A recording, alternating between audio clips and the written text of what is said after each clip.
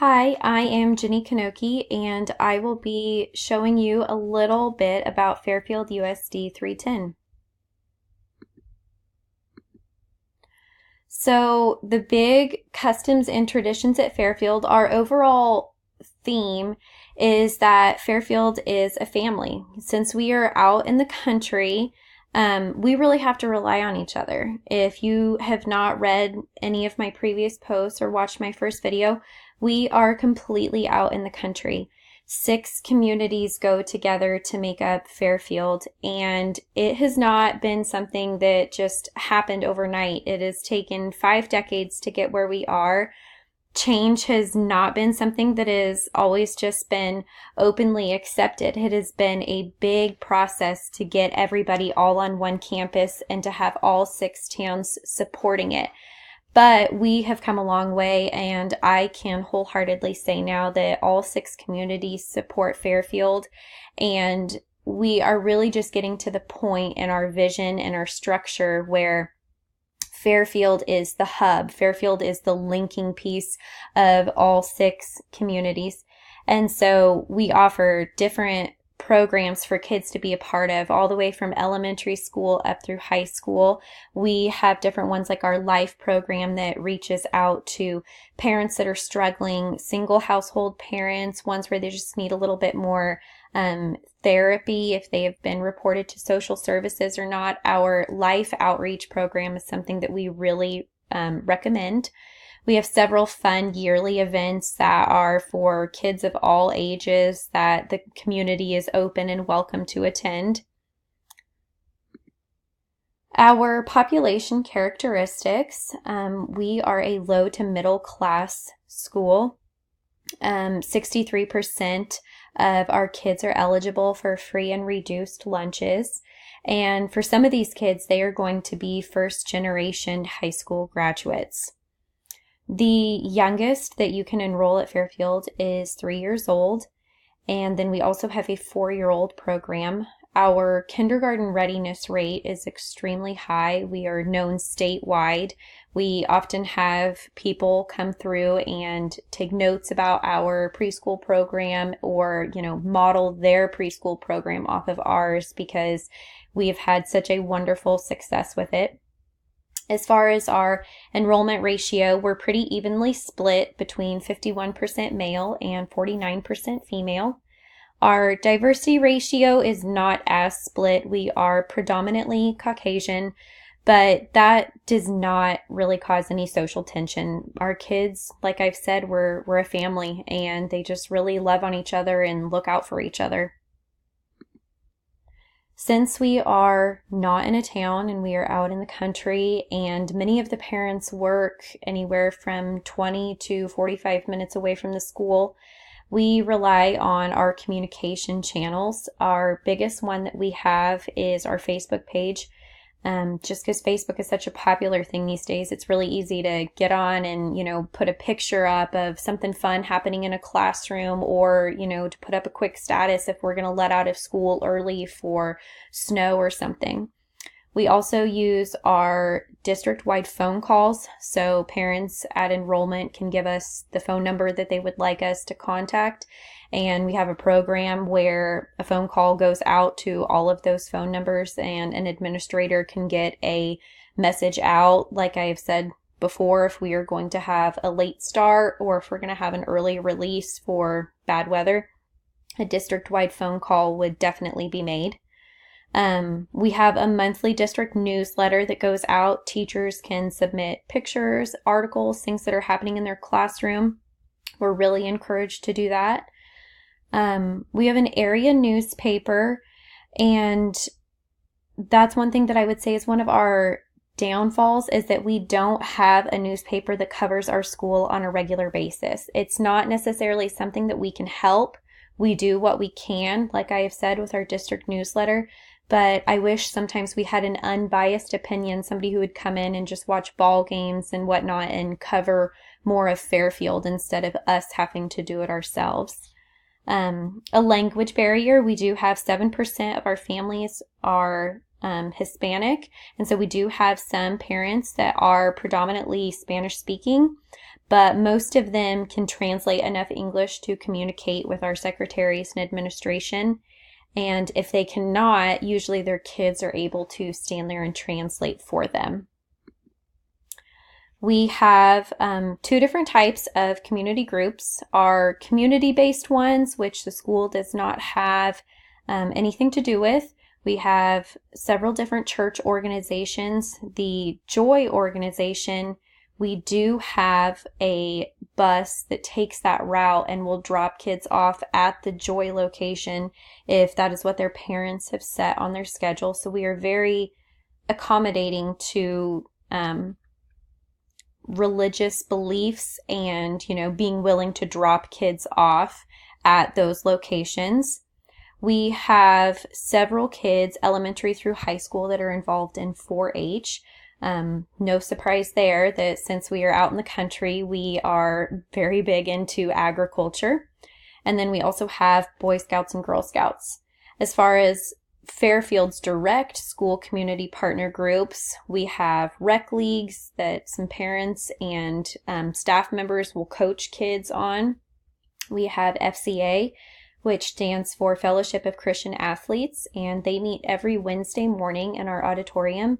And we have several different church organizations from the different communities that they schedule breakfasts to bring to those kids on those Wednesday mornings.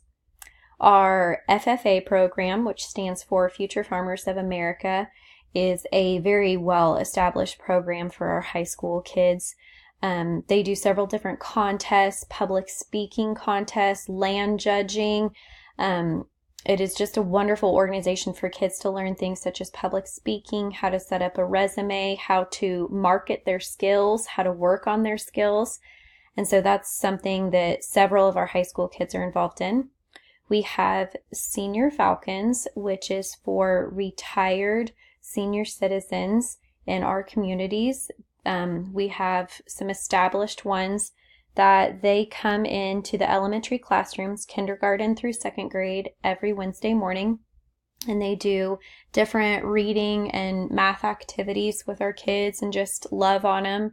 For some of our kids who don't have very present grandparents in their lives, our Senior Falcons are a really nice substitution for them to have a grandparent figure in their lives. And then I have already talked about our FPO and our LIFE programs, that they are wonderful parent outreach programs.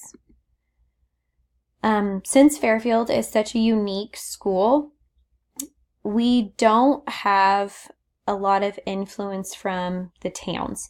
Each town does have their own mayor and their city council, and they hold their town meetings and stuff, but most of their decisions don't really affect Fairfield. Back in the day, that is not how it would have been. They were voting back then whether to be a part of Fairfield, how that was going to work, whether they wanted to be a part of our middle school or high school. It was a very spicy piece of topic back then. But now all 6 towns openly support Fairfield. And so our main leadership at Fairfield is our administrators, our Board of Education, and then our building and district leadership teams. And then we also have student-led teams, which would be our student council, our FAD group, and then our FFA group has elected officers. Our community leaders' characteristics, like I just said, Fairfield's really uniquely set up. And so our Board of Education and our superintendent are really the ones that reach out to the communities and make sure that we keep that relationship with them. Relationships are something that we have worked really hard on this year, as far as with our staff members, with our students, making sure that each kid at least feels like they have somebody in the school that they can relate to. And so since we've been talking so much about relationships, we've been brainstorming several different ideas of how we can continue to reach out to our communities and include them into our school. As you can see from those pictures down below, especially the one on the left-hand side of the screen, that's looking out. It's literally just the country. And so it's hard sometimes to involve the community because we are removed from a town. but it is something that we actively work on to try to make our school just as welcoming as possible. Our economic conditions, since it is 6 different towns and they are quite small in size, I was not able to locate any information as far as the poverty rates, the median property values on those exact small towns. So I went to the Reno County Data Census to get that information. As you can see from the picture on the right-hand side of the screen, those are all of the school districts in Reno County. So you can see the large area that Fairfield covers. And so I would guess that our poverty rate would be higher than the 14.3% that is the average for Reno County. That's including Buhler and Haven and Nickerson, towns that have a little bit higher SES level at times, I would say. So I would venture to guess that Fairfield's poverty level would be higher than the average for the county. Our political structure. So the big thing that happened in 2016 is we passed a bond issue for $5.895 million.